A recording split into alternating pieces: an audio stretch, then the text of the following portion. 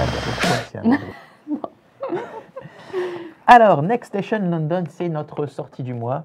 C'est, je dois vous le confesser, je le dis à tout le monde, mon jeu préféré de cette année qui sort chez Blue Orange. C'est également mon jeu préféré cette année. C'est notre jeu préféré, donc c'est vraiment un très bon jeu. Voilà. Je ne sais pas s'il faut l'expliquer, du coup, c'est notre jeu préféré. On passe à la rubrique suivante. Non, je rigole. Faites-nous confiance. Alors, Next Station London, c'est un flip and write compétitif. Donc un flip and write, c'est un jeu dans lequel on va retourner des cartes, ça va indiquer quelque chose, et chacun sur la petite feuille, on va dessiner des trucs. Nous sommes à Londres, ça s'appelle Next Station London, prochaine station Londres. Donc vous l'avez compris, nous allons dessiner des lignes de métro. C'est pour ça que dans la boîte, vous avez 4 magnifiques crayons de couleur qui vont en fait être les 4 lignes de métro que vous allez dessiner sur votre réseau. L'objectif, c'est d'être celui ou celle qui bâtira le meilleur réseau de lignes de métro à Londres. Vos lignes de métro vont marquer un certain nombre de points. Déjà, en fonction du nombre de quartiers desservis, on va regarder à la fin de chaque manche, quand vous avez tracé une ligne, combien de districts sont desservis. C'est les petites zones jaunes que vous voyez à l'écran. On va multiplier par le nombre de stations dans le district où vous en avez desservi le plus. Et vous marquez des points bonus quand vous passez par au-dessus de la Tamise.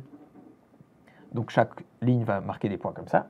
Et vous allez aussi marquer des points avec les sites touristiques que votre réseau va desservir et avec les correspondances que vous allez réussir à faire dans les différentes stations. Plus vous avez de lignes différentes qui passent par la même station, plus vous avez des petits bonus de points. Donc avec tout ça, je vous ai expliqué comment on gagne. Maintenant, je vais vous expliquer un peu comment on joue, parce qu'on était assez vite sur le principe du flip and write. Hop là, on passe aux cartes. Donc dans Next Station London, vous allez avoir un petit paquet de cartes avec des symboles de métro, comme ceci, les symboles géométriques. Il y a les triangles, les pentagones, les ronds et les carrés. À chaque tour, chaque joueur va avoir donc un crayon qui correspond à sa ligne et du coup une station de démarrage. Donc si je suis bleu, je commencerai sur la station bleue. Si je suis vert, je commencerai à la station verte, etc. On va révéler la première carte qui va indiquer quelle est la prochaine station à rejoindre avec sa ligne. Donc là, par exemple, il faudrait tracer un trait complet vers une station où il y a un rond. On va révéler les cartes comme ça au fur et à mesure, en continuant à prolonger sa ligne. On est toujours obligé de partir d'une extrémité, on ne peut pas faire partir ça dans tous les sens.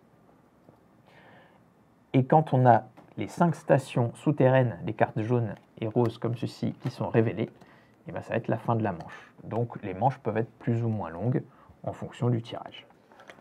Là, je vous ai expliqué dans les grandes lignes comment on joue à Next Station London.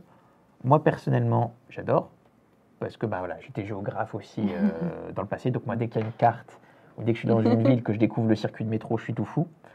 Et il y a vraiment une sensation de jeu vraiment très sympa. On s'imagine bien un peu les usagers prendre les différents itinéraires et se dire « Ah, là, j'ai bien pourri la vie quand même avec la ligne. Elle fait des points, mais là, il veut vraiment galérer. » Genre, il fait toute une ligne pour arriver à une station qui était juste à côté de chez lui. Je suis complètement d'accord. Et ce que j'aime aussi, c'est les modules complémentaires. Peut-être qu'on peut en parler? Bien sûr. Alors, du coup, on a également des pouvoirs de stylo. Donc, on a 4 crayons de couleur qu'on va utiliser pendant toute la partie. Et chaque crayon de couleur va être attribué à un pouvoir. Donc ça, c'est pas du pouvoir du tout. Oui. C'est l'autre module. C'est l'autre. C'est ici. Les deux modules. Donc, par exemple, on va pouvoir rejouer pendant ce tour-ci. On va pouvoir avoir une bifurcation. On va pouvoir remplacer la carte qui vient de sortir par un joker. Et donc, c'est des pouvoirs qui sont plutôt chouettes et qui renouvellent un peu le jeu. Et on a également des objectifs. Oui. On en a plusieurs dans le jeu. On va en tirer 2 à chaque partie. Et ces objectifs, si on les réussit, on va avoir 10 points supplémentaires à la fin de la partie. C'est pas une course, c'est le premier. Non, c'est des objectifs communs. Tout le monde peut les faire. Voilà, tout le monde marque 10 points si vous avez réussi à faire l'objectif. Ça a des petites choses sympas, genre effectivement relier tous les districts. Ça va être relier tous les sites touristiques, traverser un certain nombre de fois la Tamise, etc. Donc ça permet aussi de renouveler les parties, pour ceux qui ont déjà fait quelques parties, qui souhaitent un peu plus de challenge.